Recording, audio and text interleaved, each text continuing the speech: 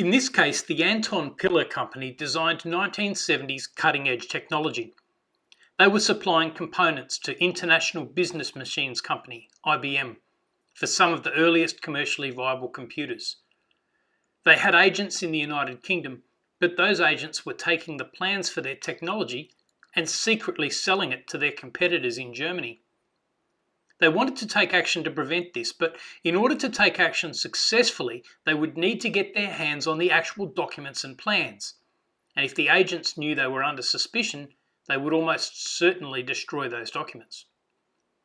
In a criminal case, the prosecutors or police would probably obtain a search warrant to get their hands on evidence before it's destroyed. However, search warrants are not available for civil matters.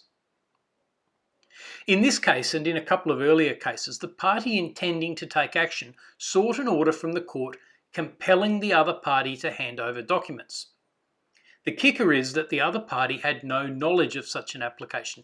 The first they would know about it would be when their opponents showed up at the door and demanded access to the documents. Such an order is known as an Anton Piller order after this case. An Anton Piller order is not quite a search warrant. If prosecutors have a search warrant and the occupier refuses to let them in, they can break down the door.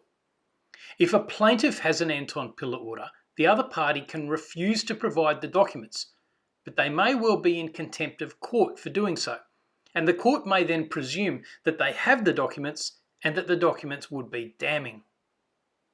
Obviously, though, such an intrusive order should only be given in limited circumstances. Lord Justice Ormond set out those circumstances as follows.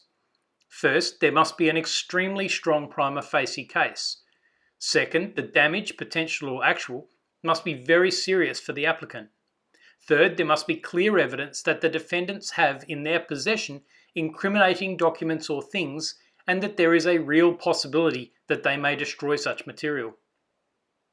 Those three requirements are now found in Rule 261(b) of the Uniform Civil Procedure Rules.